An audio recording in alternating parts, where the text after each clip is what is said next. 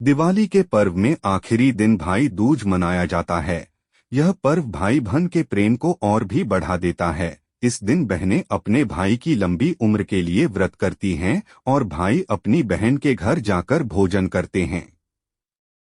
प्रत्येक वर्ष कार्तिक माह की शुक्ल पक्ष की द्वितीया तिथि को भाई दूज का पर्व मनाया जाता है। इस विशेष दिन पर बहनें यमराज की पूजा करती हैं ताकि उनके भाई को जीवन में सफलता मिले और उनकी उम्र लंबी बनी रहे।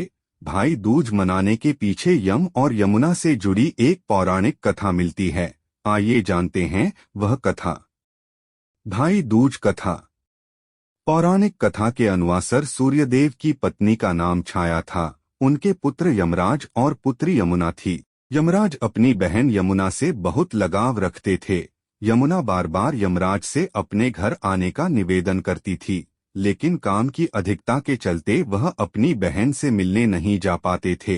एक दिन यमुना ने यमराज के वचन लिया कि वह कार्तिक माह की शुक्ल द्वितीया तिथि पर उसके घर आएंगे, लेकिन यमराज को यमुना के घर जाने में थोड़ा संकोच होने लगा, क्योंकि वह लोगों के प्राणों को हरते हैं।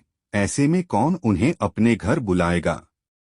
लेकिन बहन को वचन देने के कारण वह यमुना के घर चले जाते हैं। अपने भाई यम को देख यमुना बहुत प्रसन्न हो जाती हैं और आतिथ्य भाव से उनकी सेवा की। यमुना ने अपने भाई के लिए तरह तरह के पकवान बनाए।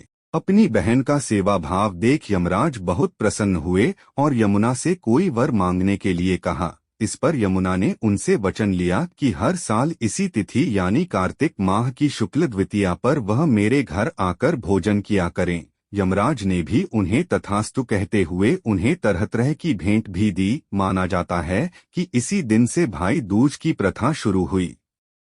यह है मान्यता। साथ ही यह भी मान्यता है कि जो भी भाई इस दिन यमुना नदी में स्नान कर बहन के आतिथ्य को स्वीकार करता है और अपनी बहन से तिलक करवाता है, उसे यम का भय नहीं रहता है। साथ ही यह भी माना गया है कि इस दिन अगर भाई बहन पवित्र नदी यमुना